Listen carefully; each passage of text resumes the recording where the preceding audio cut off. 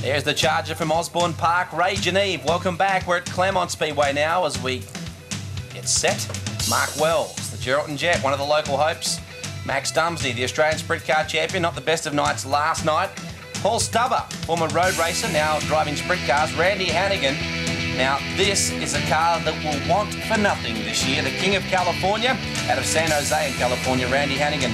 Only a pint-sized little bloke, but I tell you what, jumbo talent. We get set for a heat race at Claremont Speedway, this beautiful venue in Western Australia, the oldest and most successful dirt track speedway showground in the world. Sharon Marriott starts on the pole alongside Trevor Green, Robbie Farr, Andrew Shirley.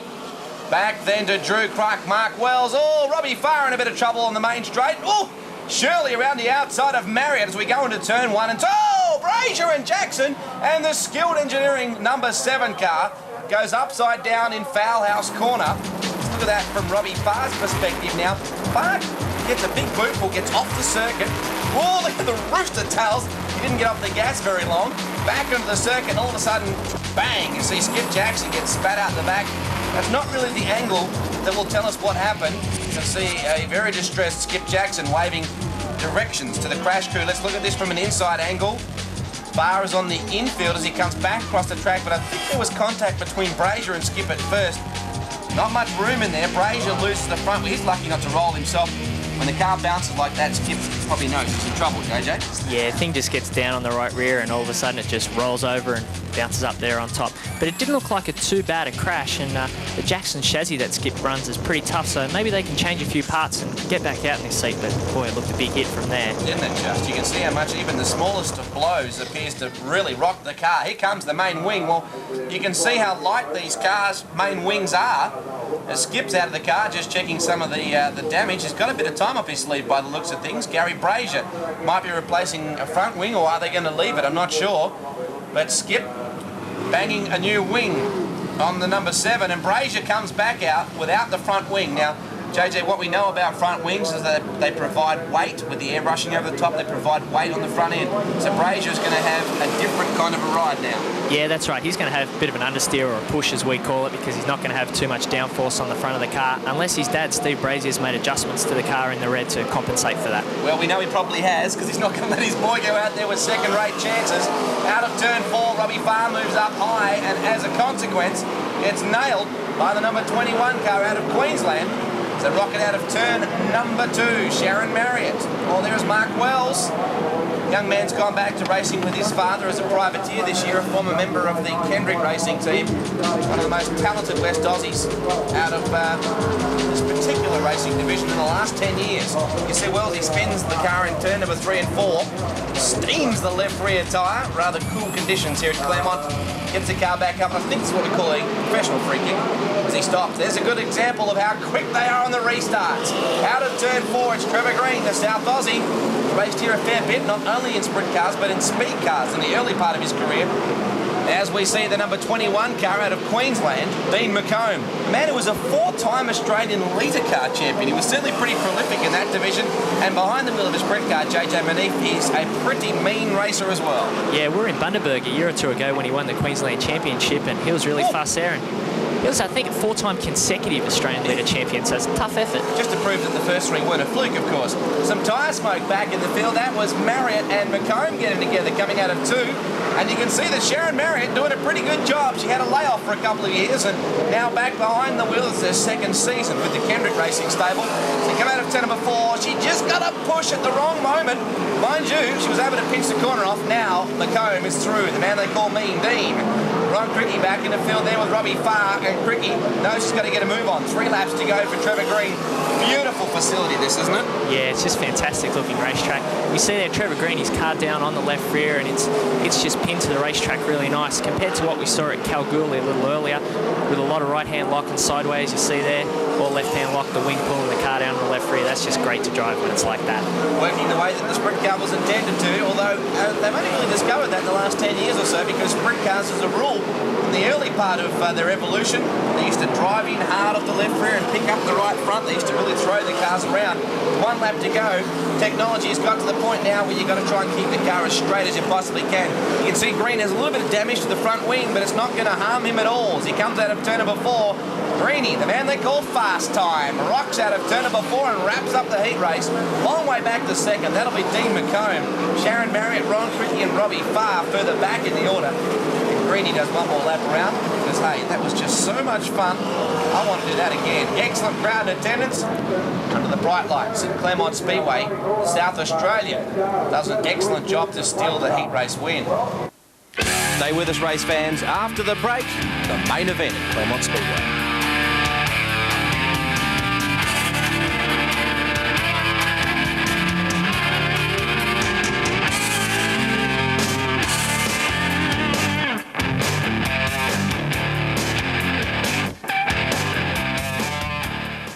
Circus hits town in Avalon in Victoria. Let's head back to Claremont Speedway now for round 2 of the World Series Sprintcars.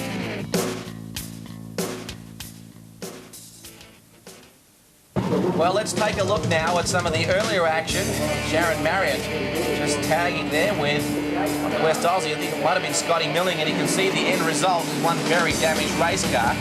Robbie Farr getting together, I think, with Peter Smith, the South Aussie. Watch the second row. Yep, just climbs up and shreds a left rear tyre on the collar type labels number 8 now. You can just see Robbie Farr working pretty hard on the main straight at Claremont. It's ferocious stuff back in the field. This in-car camera really gives you an appreciation for just how close everybody gets, even at a bigger track like this. We're 4 wide as we get set for the feature race. Round 2 of the $500,000 World Series Sprintcars, the General John Day. There is no one in the world that starts a race quite like the General John Day. JJ Manini, that's spectacular. Yeah, it's pretty unique, and it's great for the crowd to see in the 4 wide parade lap, and yeah, it's just good for the fans and appreciation before we get down to some really serious action. There is Skip Jackson, Pino Priolo alongside him. As we get the pace car off the circuit, the Australia and the USA flag flying in honour of Randy Hannagan, who's here, who has a lot of experience at this racetrack. He's been a member of the USA versus WA Sprint Car Speed Week team the last few years running. Big field, 30 laps the journey around Claremont Speedway. Randy Hannagan starts alongside Jackson. 2 car 7s. Into turn 1 and 2 we go. Dumesny, I think, was right there as well. Out of turn, Brooke Tatnell has torn the left rear wheel off, and you can see the errant wheel just bouncing away to the right of our shot. And there is Ed Kinley, also striking some trouble. Looks like he might have pulled the car up to avoid the problem.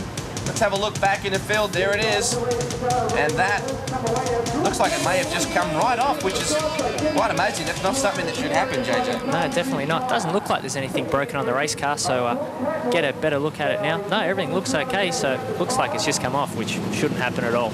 Well, Brooke quite animated inside the car there, telling the crew, come on, let's get that left rear wheel back on, and now he's got to go to the rear again. Gee, that's a tough call for Brooke so far. Kalgoorlie has not been kind to him. He wants a better result at Claremont. If that was going to be it, it wasn't going to be a good start. Hannagan uses the outside. Generally at Claremont, you can do this. You can square the track off out of 2. Gets a little too high. And Skip Jackson, as he did last year, leads the World Series at Claremont. Dumesny, I think it was, coming through to 3rd.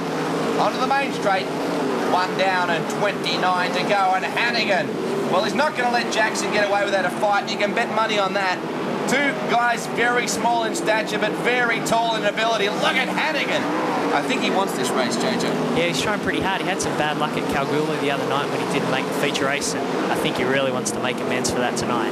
Running the H&M racing team, the partnership between Scotty Milling out of Kalgoorlie, and you can see how far the car is laying over on the left-hand side, going into turn number 3. But of course, early in the race, JJ, a lot of people are just getting by with their setup because you want the car to work at its optimum later in the race, correct? Yeah, that's right. It's a give and take type thing. You can't have your car perfect for the whole race, so you either have to set up for the start or set up for the finish. And I don't know, these guys are going pretty tough and looking pretty fast at the moment, so I don't know, it's going to be a good race. Well, they only pay the money at the end of the race. That's where you've got to be quickest. 26 to go. Lap traffic already. That is amazing. I think it's Chaz Calandro, the South Aussie, who gets out of the way. They went either side of him then. Skip Jackson, who may not look like Hannagan perhaps has anything in reserve here, but Skip will just be so consistent. I'm sure you could put a 20-cent piece down the racetrack and he'd hit it every lap. Yeah, he'd hit it every lap, and you could put a stopwatch on it and he'd be within a 10th every lap. He's just, like we said before, consistency is the word with Skip Jackson. Well, Mark Wells striking some trouble coming back onto the track. Appeared he may have had a flat left rear tyre. back onto the main straight now. Coming up to put a lap down on Hannagan's teammate, Scott Milling, out of Kalgoorlie. Oh, Skip.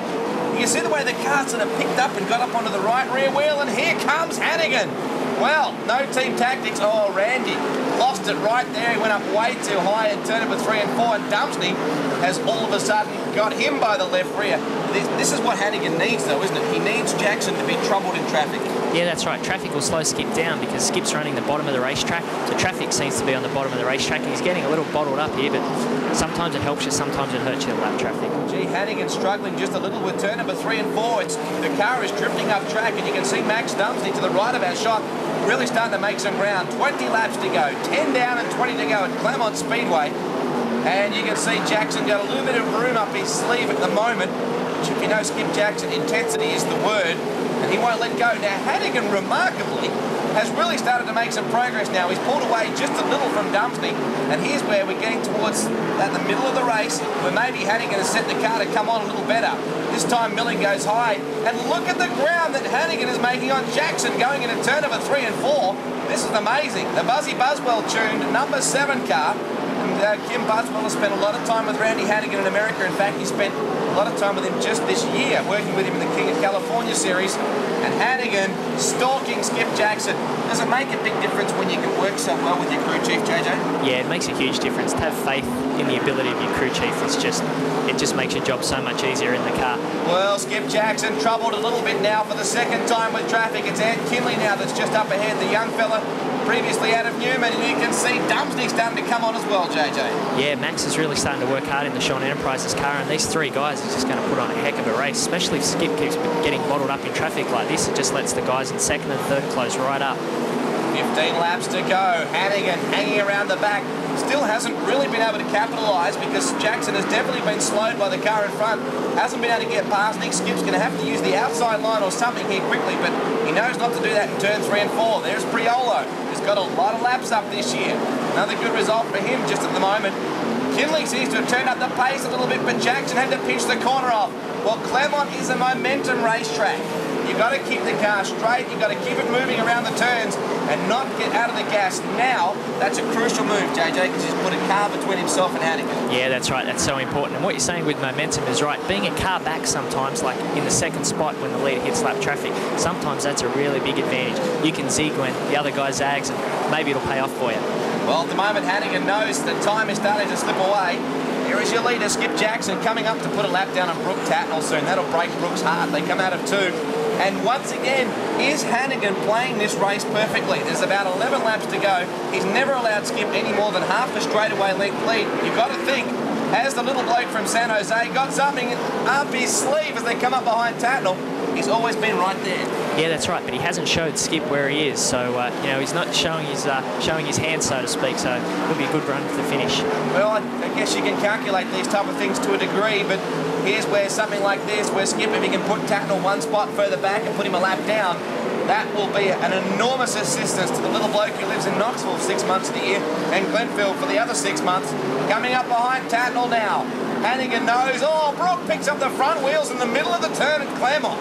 Oh, baby, you're going way too fast to want to do that in turn number 3 and 4. And the next turn around, Hannagan again has not been able to make the car stick in 3 and 4. No, but it looks like he's getting the groove to work up there. And again, like we had the situation at Kalgoorlie with the leaders running different lines, it looks like that's going to be the case here. One guy on the bottom, one guy on the top of the racetrack. Well, is Hannagan making a bet that he'll lie in later? I mean, is that the thing? Is he going out there and forging his own groove? Well, sometimes you've got to do that, dig yourself a little cushion or try and stop the cars in front from dusting up the line. And the guy's really experienced.